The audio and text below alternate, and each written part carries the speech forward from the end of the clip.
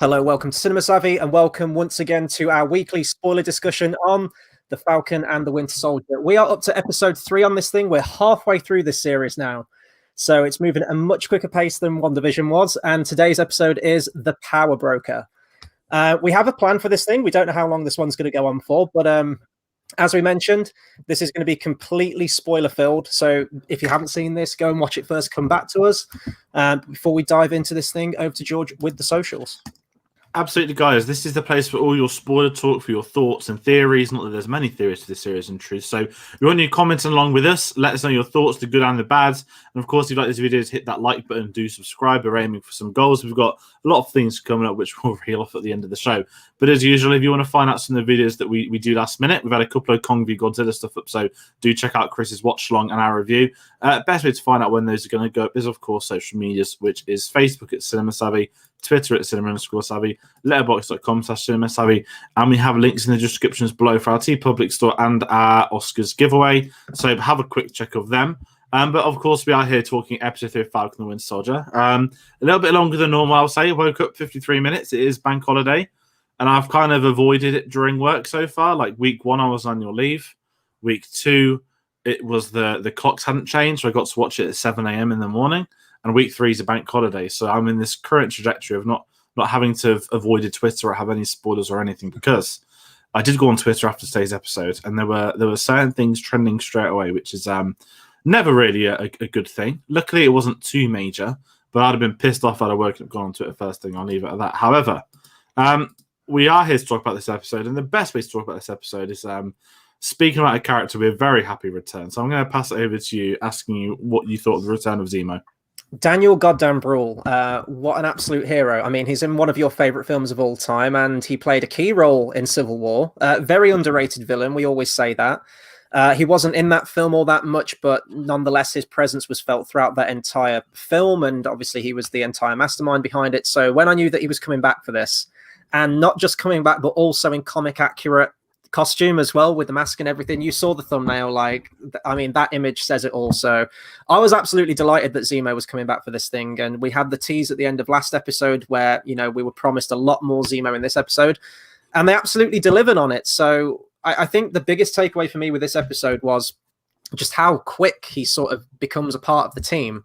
Now, I don't know if that's sort of positive or negative. I can see, I've seen some people be genuinely quite positive with this, but it felt very quick. I don't know what I was expecting, like a whole Prison Break episode, like that was going to be the entirety of episode 3, this very complex, first we need to infiltrate this prison, then we need to go in disguise, then we need to find out where he is and get him out, and it's all done in like a really quick 1-minute montage, and then he's with the crew, and then, you know, they're on with the plot. So I can see both sides to it. I could see it being kind of underwhelming, especially with how big he was built up at the end, well, all throughout Civil War, and where that ended, and we're getting him back again, and he just seems like everyone's playing happy families right from the off. I was expecting a little more tension. I will admit to that. All 3 of them are great together. You've got fantastic writing. The quippy dialogue from the last episode is still within this as well. And Zemo, in a weird way, kind of joins in on a lot of that quippy dialogue. He seems a lot more comedic than he was in Civil War. You know, he was that very intense in the shadows bad guy. And we know that he's probably still going to be a bad guy. He's still got a very sinister edge to him. He's always working for his own agenda, but he just seemed a bit more upbeat in this one. So it feels like a weird personality shift, but Bruhl's still fantastic. But I guess it was economic with the storytelling time, right? I mean, this was a slightly longer episode today. I think it was probably about 50 minutes-ish, I want to say. Maybe 45 to 50 minutes. So I applaud them for just wanting to get straight on with the plot. You know, we've got 6 episodes. We've got this story to tell. We can't mess around and tread water for a whole episode just trying to break him out of jail. But I don't know. What did you think? Did you think it was a bit too quick? Were you expecting a little bit more from that moment? Yeah, it was really strange. It reminded me of the Spider-Verse. And it's like, can we break in? Is it that easy? And it's like, it was that easy. And I love the opening scenes. When he came back, he kind of has a theme in the Winter Soldier where there's just like 1 or 2 instruments like lingering. I was like, oh my God, it's the Zemo theme. I think they play it when he's on the cliff talking with Black Panther. And I was so excited for it. And then he was all out of prison. Like, I love the Prison Break. It was done quickly. Like, they really wanted to move the plot forward. I will say that as a whole for today's episode, they clearly wanted to move the plot forward. I would have happily just had an hour of Zemo talking to them. That's how much I love him in truth. But I understand why they wanted to speed up, because they did a lot of traveling, is an understatement, I think, to say about this week's episodes. A lot of stuff going on, and I think it was a couple of minutes longer, and I didn't have an issue with them breaking. It depends what the episode was going to do. And in truth, it felt like, maybe because I've been so used to WandaVision recently, where it felt like, you'd have a 20-minute episode here and there. It felt like maybe 2 episodes in one. Where this first half, reintroducing Zemo, then them on a mission with Zemo.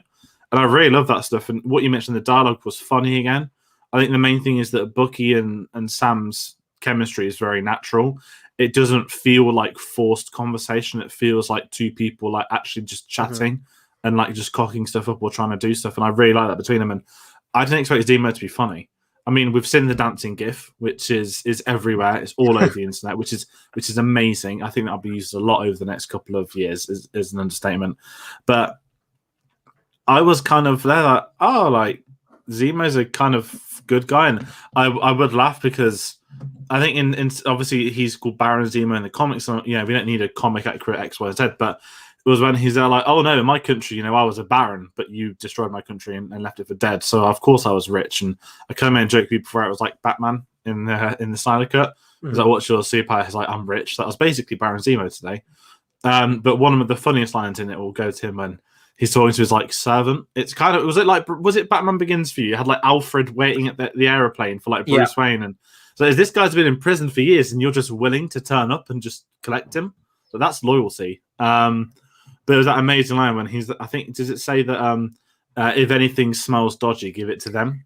He says, do the smell test, and if it doesn't pass the smell test, just give it to them, or something like that, wasn't it? I think that was pretty funny. But yeah, no, I was getting mad Batman Begins vibes, the whole Alfred and Butler thing. It was nice to see more into his life as well, because he is a baron. He fundamentally says that, and it's nice to see that rich side to him as well. We have a lot of callbacks this episode as well to stuff specifically from Civil War.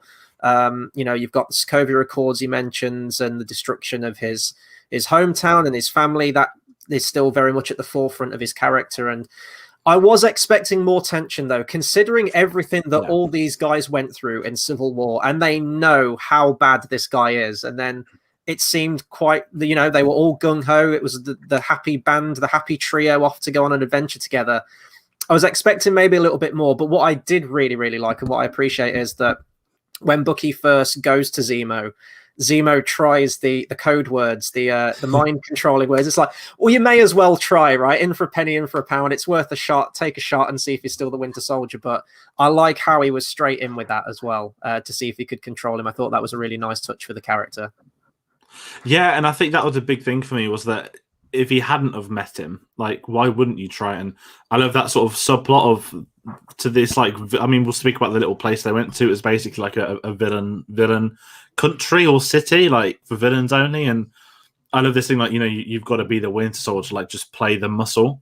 And I love that whole dynamic of Bucky going back to, because the whole point is obviously him being Bucky, not the Winter Soldier. And as they play the theme, he has to get into a fight, and you get that great line from Zemo where he says, he's still got it, he's still ready for a fight. And I was kind of is he gonna break what the Wakandans did to him? I guess we'll get to them at the end actually as well. But there's a lot of interesting setup, and I think with Zemo, because we know he's a smart villain, it's gonna be that when's he gonna turn on them? And I thought he was gonna do it at some point when he puts the mask on at the end, but he didn't. He came back to them. I was like, okay, he's plotting. It's kind of not a Loki comparison, but Loki reached that caricature of, he will betray them because he is Loki and he's the god of mischief, and it's in his character to betray them.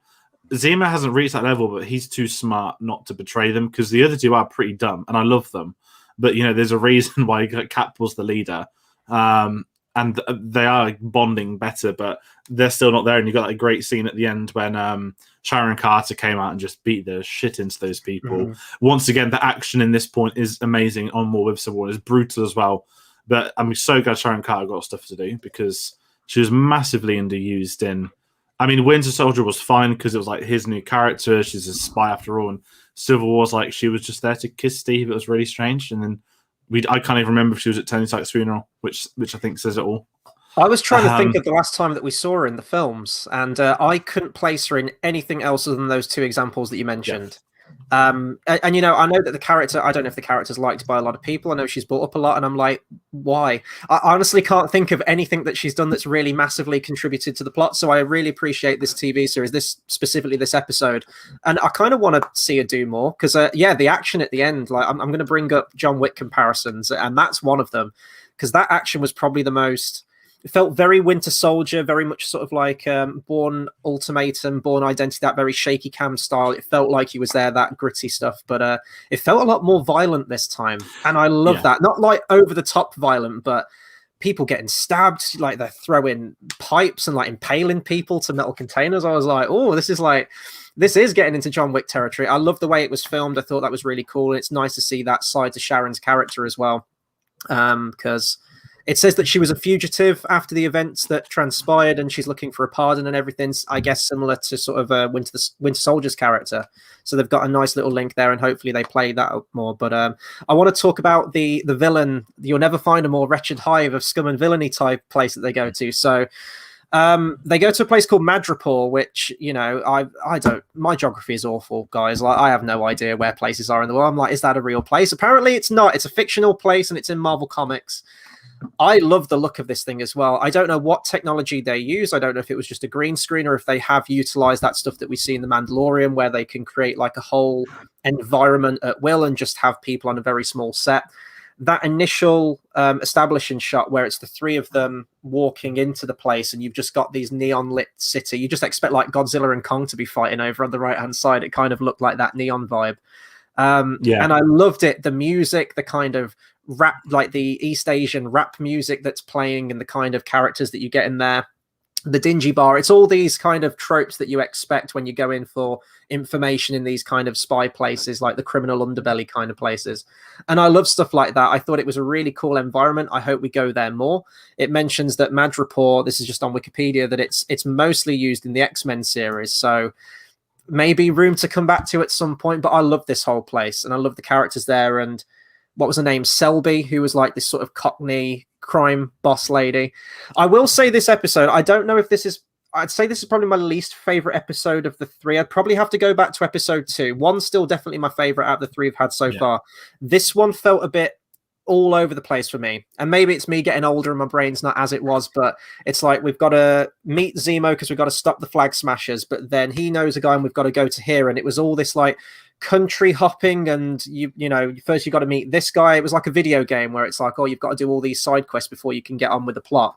So I don't know. It was a bit all over the place for me, but I loved this environment. That was sort of like the big standout. That and the action for me was my big takeaway from this episode. Yeah, the action was on point as it has been in this series and what we've kind of expected at this stage. But there was a lot of jumping on. There's a lot of new names. When that Selby woman appeared, I was like, it reminded me of Fast and Furious that, you know, like Helen Mirren just Helen Mirren, yes. Yeah. I was there like, it's like, are we going to get some like British A-lister? And I was like, oh, like, apologies in advance. I don't know who you are. I was expecting Helen Mirren. And it was that very much, it feels like a Fast and like what it's starting to remind me of now actually is Jason Statham and The Rock. That's what sort of Bucky and Sam have become. It's this like, it's like a buddy cop thing. And this episode more than any felt like, so we've been doing these videos weekly. I think obviously we'll bring it WandaVision. This feels like a long film that's been split up. I'm not saying release the 4-hour cut on a streaming service and demand we watch it in 4:3 aspect ratio. However, WandaVision worked so perfectly as the directly TV, 20 minutes, sitcom, bit of modern day, bit of action, but it had that premise, whereas this feels like a very interesting story that's been split up over 5 weeks. And I love the fact it's keeping me interested every week, but it's making it harder to talk about because you're not getting these humongous moments of, whoa, look at what happened. We talk about WandaVision. And this one, it was a great episode, and I love seeing the action and fighting, but it very much feels like one of those shows. But I'm not saying I'm not going to get into the debate of binging versus watching it weekly. I still prefer watching it weekly because it's keeping me going, but I don't think the weekly gaps are helping it as much as, say, WandaVision or Mando. Because it's this one continuous story where we kind of know where it's going to head. You know, we only spoke about, I keep saying it is Wyatt Russell. I keep calling him Russell Wyatt. I don't know why. But we got, again, the hints of his Captain America bit. Oh, that's probably one of the funniest scenes where Denise screaming like, don't you know who I am? That yeah, I was just kind of there. Like, I was expecting like I'm the Juggernaut bitch or something like that, but it that was was like the we one moment know when what's going to happen. I love the costumes, right? The comic accurate costumes. But that one moment there where he's trying to be like this tough nut, he's like, "Do you know who I am?" And have you seen what you're wearing? I couldn't take it seriously. And I love Captain America, and it works. It kind of looks like the first Avengers film costume there, which I wasn't keen on. I was never keen on Captain America's costume there. I think it's the helmet. I don't know why, but when he was trying to be like tough and like Batman and like vigilante intimidating, I was like busting a gut laughing at that. It was unintentionally funny as well because of how he was dressed. Yeah, and it's also the fact like the German wasn't intimidated, like Yeah. and that's what I'm loving, that because he knows he's not Captain America, and they all know it too. That was Steve Rogers that burst in. That guy probably has shat himself and told them where they went, but it's not. And I'm loving that. You know, it's this goose chase where they realize that they need to go speak to Baron Zemo, and he's already out of prison, so they're kind of figuring out that it was all a setup and stuff. So we're getting the seeds of that, but it's not that weekly episodic cliffhanger ending. And we got a great ending. We did get a kind of cliffhanger. Worth mentioning, of course, we get Arya returning as part of the King's Guard. I'm going to fail the pronunciation of the Wakandan name for it, but lovely little Black Panther tie-in, which I'm very intrigued by. Which is kind of one of the big points that in the series, where do we think this is heading? I rewatched Black Panther last week. Of course, we're doing the Marvel series, so that's where I'm up to off screen. And there was a great line in it where Black Panther's speaking Martin Freeman, and he says, we let you keep Zemo, so we want Claw. And today's episode, nobody they're going to be connected at all. So when she popped up, I was like, yes, of course, because obviously we know he killed King T'Chaka, but I was like, oh yeah, there was a comment in Black Panther, they still want them. Not saying it's, Kevin Feige planned this, not at all, but it makes perfect sense that the people to be furious that he's escaped are the Wakandans because he killed the king. And also it's Bucky that did it. And you get a line actually earlier on in the episode where Bucky says, Wakanda still has a problem with this guy. He killed their king. And I'm so intrigued now to see what's going to happen with Bucky and the Wakandans, because obviously they gave him an arm. They cleared his brain out. They fixed him. So I'm curious for next week, and I'm hoping it's not just a 1 minute conversation and they go back to Wakanda and we don't hear anything. I'm wondering if it's going to set up sort of Wakandans as a third, not villains, but that they're on the hunt as well as Captain America. I'm wondering if that's going to go towards anything. I'm not sure. Yeah, and I completely, I didn't forget, but I guess I never even thought that they go into like Black Panther territory with this series. And then it makes sense because, this character is so deep seated in that Black Panther lore, essentially, in the story that unfolded. Now, I haven't seen Black Panther since it was released. I don't actually think Winter Soldier's in that all that much. He's in like a post-credit scene, and then you get an explanation. Yeah. But obviously you get an explanation as to what they did and the time that he spent there. You get a good sense of that. And, we kind of had that in the last episode where they mentioned White Wolf, which was a nice callback to that moment where he goes to Wakanda as well. So I have no idea where this is going, but, the fact that this guy's involved in it and Zemo, that throws a whole spanner in the works for me where I thought this was going to go. When I first saw the trailer for this thing, I thought like Zemo's going to be the leader of the Flag Smashers and they're just going to go out and stop Zemo again. But now that we're getting into like Black Panther territory, I had no idea that it was going to go that way. So I'm very excited to see that dynamic as well, and see how that plays out in the future ones as well. As I mentioned, we're halfway through now. So not that it's going to be getting into the third act yet, but I think by episode 4, you kind of need a sense to know where it's going and the antagonists and everything like that. Really quickly before we talk about the Flag Smashers, because that was like a big ending as well in terms of that stuff. One of my favorite scenes in this whole episode, it was so tense, was the phone call with Sam when he's with that Selby woman and his sister calls him and she's like, answer it and put it on speakerphone. I was like, oh, like when tension's done well as well, whether it's a film or a TV series, I was genuinely like this, watching it like, oh God, this is horrible. Yeah. And he's trying to stay in character as well. And it all goes tits up. And thankfully they get out of it relatively easy. There's a bounty on the head. We were talking again, like John Wick comparisons, that everyone's giving them the gun fingers and like we're all gunning for you now. But I thought that was a fantastic scene. I love the tension in that scene there. Yeah, I think when you get tension done properly, it works so well. And it's the fact that we've not seen his sister since episode 1. So it wasn't like a random character that called up. It was a legit thing. And it's like, oh, there's a bank issue. Obviously, he's playing this rich villain. He's like, haha, banks, yeah. And then she's like, Sam. And that's when you knew. You were waiting for her to say, we knew she was going to say it. You couldn't have that scene and not have her drop something about him. And I love the fact they don't even clock that he's an Avenger. They just know that he's not. I can't remember the character he's meant to be. I'm assuming it's a real comic character, but that amazing photo of that guy dressed up, and it's definitely Anthony Mackie. It looks exactly like Anthony Mackie. I think someone tweeted the photo of it. And he's like that great. It reminded me of Jurassic World. He's like, oh, I'm running in heels. Really funny thing. Yeah.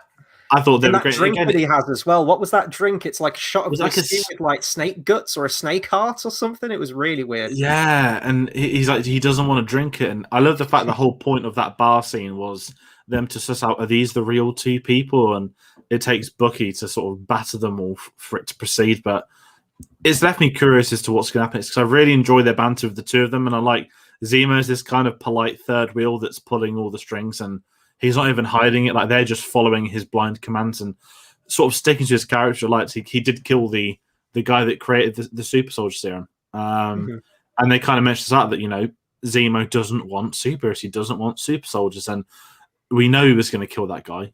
Probably the moment he entered the room, he knew he'd do it. And it was heading up to that great stuff that I wonder what Zemo's game plan is, because we know his goal has always just been to have no superheroes. So I'm very curious to see what happens when we do meet when we get them face to face with the Flag Smashers next time.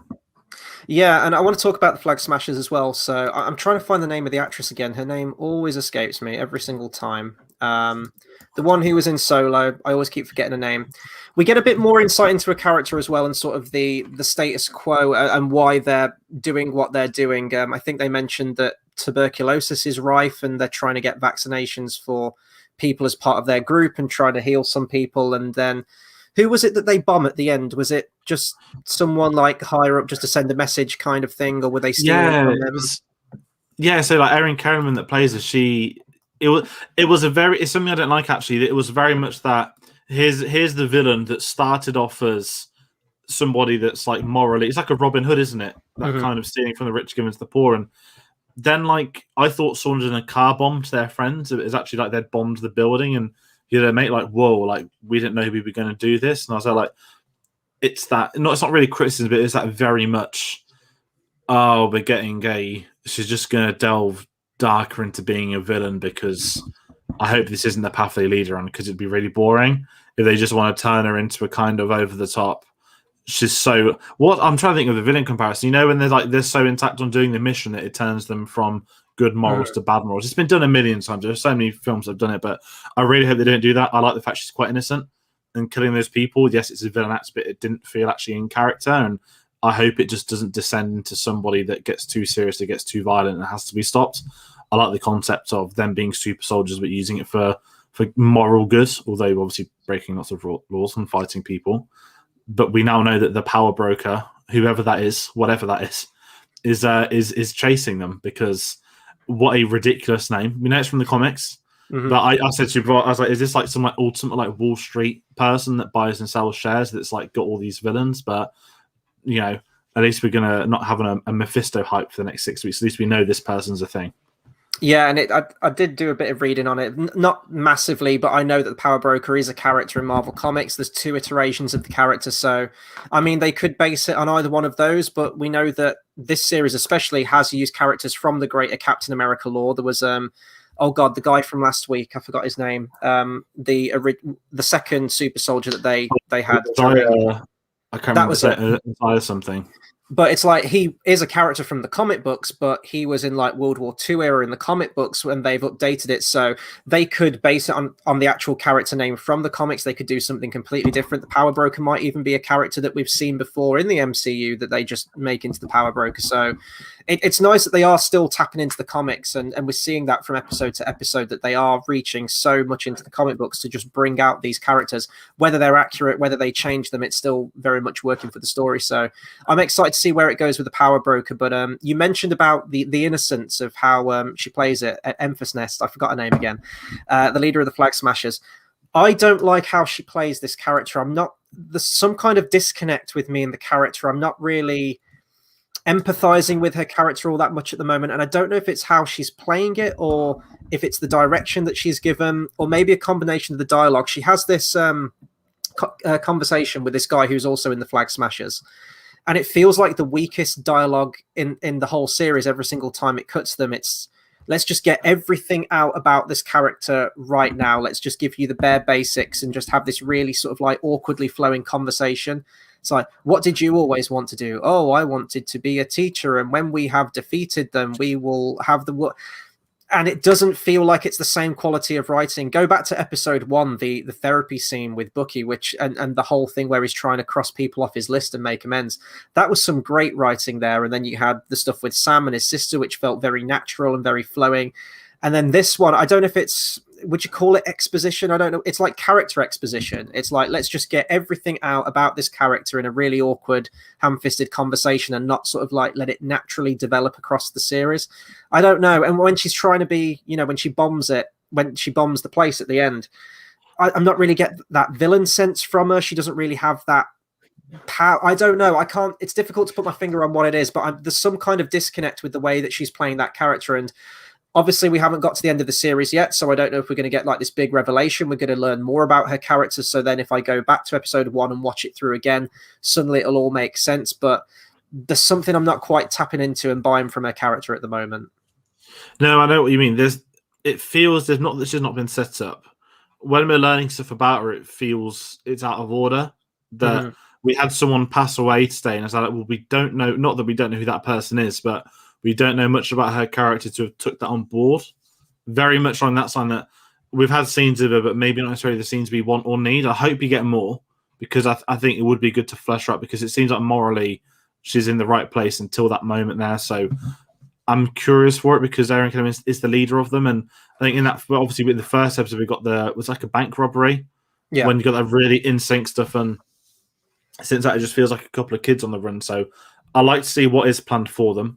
I'm going to bet my money we're going to get a showdown with Zemo, Fake Captain America, and Falcon and Winter Soldier. And I think that'll be a big trident, maybe episode 5. But there's definitely a bigger plan in place. And I'm curious for it, because we don't know much about it now. And I think they're building towards them meeting again. And I think they're trying to develop characters. But you are right, it is some of the weaker dialogue of these episodes. And it feels like the writer's having so much fun with, I keep saying Cap, with Falcon and Bucky. Where that it's kind of forgetting about some of the others, because with Captain America, he's not meant to be. You're not meant to like him. That's how they're writing him, and you can tell that's been easy for them to write. It's not hard to write that. You can just write man pretends to be Chris Evans, and then that's your selling point, because some idiots are quite literally thinking that's the thing. I think White Russ did an interview this week where he says that he doesn't have social media, but a lot of his friends send him the memes. And he was speaking about the one from Up, saying it's one of the funniest things he's ever seen in his life. So at least he's sort of politely on it. But I think there are some stupid people that don't realize that this is a plot point and that he's not actually a Captain America for the next 10 years. They think he's actually been recast as. Yes. That's mad. That's absolutely mad. Too many stupid people watching stuff like this. They shouldn't be watching this show in the first place. Let them just. I know. But that's mad.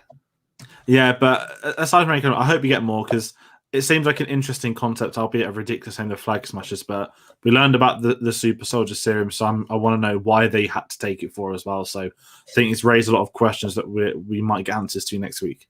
Yeah, absolutely. And I guess I'm going to sort of end with not another comparison to WandaVision, but it's a very different kind of intrigue. I think actually this one would have been better as a binge watched series. Just put all 6 episodes out there, and I think we've cracked it. I think ultimately what it comes down to is that if it's all one complete story where you can just go one to the next, that's the ones that always work. Like WandaVision, by nature, it was a sitcom, so you can just tune in each week and it's a different scenario. And yes, there is a connecting story there, which kind of comes into it in the last couple of episodes where it's almost like a 2-parter, but it is very much like separate adventures. Mandalorian by nature is very episodic, and it's just what adventure is Mando and Grogu. That was so weird. I was going to say Baby Yoda. I need to get in the habit of saying Grogu.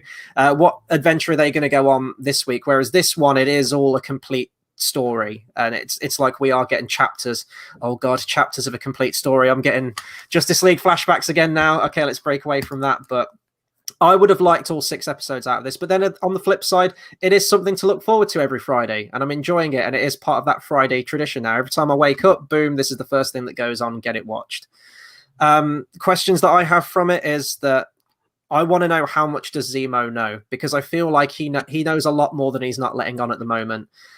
If he is discovering all this thing and he genuinely doesn't know about the flag smashers and the status quo of the world and everything that's happening, he's got to have a reason for shooting that guy with the super soldier serum. I think he's going to want to try and take control of the flag smashers or cozy up to them and maybe use them as his own personal little superhero army to go out after everyone else. I don't know. That might be a cliched villain thing, but I've got questions about Zemo, and that's good to have because he is, by definition, that kind of villain that you're always trying to second guess, and he's 1,000 steps ahead of everyone else. So, yeah, I mean, I don't really have any more questions than that at the moment. I want to see more from the Flag Smashers. I hope that the dialogue gets a little bit better and they get more involved in the plot, because every time it cuts them, it feels like we're watching some kind of like side quest, some like side storyline. I would like to see it filter in a little bit more. But I'm still loving this series. It definitely feels like this could be a film. This could easily be a film. I'm glad that it is a TV show because you get more time with these characters to develop them out.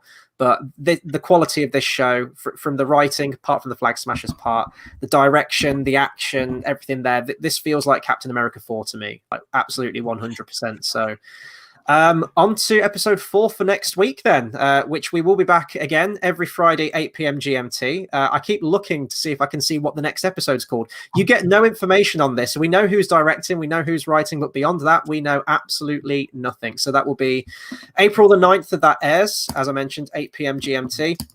And of course, we have loads more Marvel content on the way. Which one are we up to at the moment, George, in the retrospective? Are we 3/4 of the way through now? How far are we into this thing? Coming tomorrow evening on this channel is Guardians of the Galaxy Volume 2. It's really weird for guys at home. It's obviously they're pre-recorded, so we're all gearing up to record Infinity War tomorrow. That's where we're at pre-recording it. So I'm having to sit here and go back in time and remember, I've got to upload these old videos. So that's my end of the stick. So if you like Guardians of the Galaxy, tomorrow night, 8 p.m. If you don't like Guardians of the Galaxy, if you like something far worse, Spider-Man Homecoming video comes out on Monday. But then it all gets better next Wednesday when we get to Thor Ragnarok. So every Monday, Wednesday, Saturday, 8 p.m. GMT. BST, I guess we are now, but there's no difference to me for BST and GMT. It's ridiculous. But of course, those Marvel videos are there. Infinity Saga retrospective series. We're almost done. So that is actually pretty crazy because I watched Infinity War for the first time in a couple of years last night. That's a different conversation for another time. And yeah, a lot of other things happen in the channel. So we aren't just here to talk about Marvel. The retro reviews they're on hiatus at the moment. They will be coming back at the end of April as we take on a new franchise, which isn't too hard to guess at this point in time. And because they're on hiatus, we've got a lot of Oscar films to get through. We don't have a full schedule yet. You'll know by the end of the weekend. We're going to let you know what films we're going to aim for when. Most of them are now able to be viewed in the UK properly. I think a couple got released this Friday. Got a couple more on the 16th. So when you want to find out when these Oscar videos are going to go up or what those videos may be, the best way to find that out is, of course, getting us up on our social medias, which is Facebook at Cinema Savvy, Twitter at Cinema_Savvy. That's where we're going to announce all these videos. So they're the main two. And then your side ones is your letterbox. If you want to see what we've reviewed, see what we've got your watch-along playlist as well. That's up there. We've got loads of lists that sync up to what we've been doing. So do check that out. And, of course, we've got our link to the giveaway for Oscars in the description below and at our TeePublic store. But this has been another episode of Falcon and the Winter Soldier. Hit the comments. We've just had a comment from Dave. Mm-hmm. Love badass Sharon Carter. Don't listen. The Spider-Man was a great chat. Yeah, we did a Sam Raimi trilogy review back in 2017. So do check that out if you want some good Spider-Man content. That being said, I don't think I've got anything else to plug. Oh, I will say that Sam Raimi did an interview this week. He knows about the Raimi memes, which is beautiful in our own right. But aside from that, I want to thank everyone for watching tonight. And we'll be sure to see you on the next one. We'll see you then. Cheers, guys.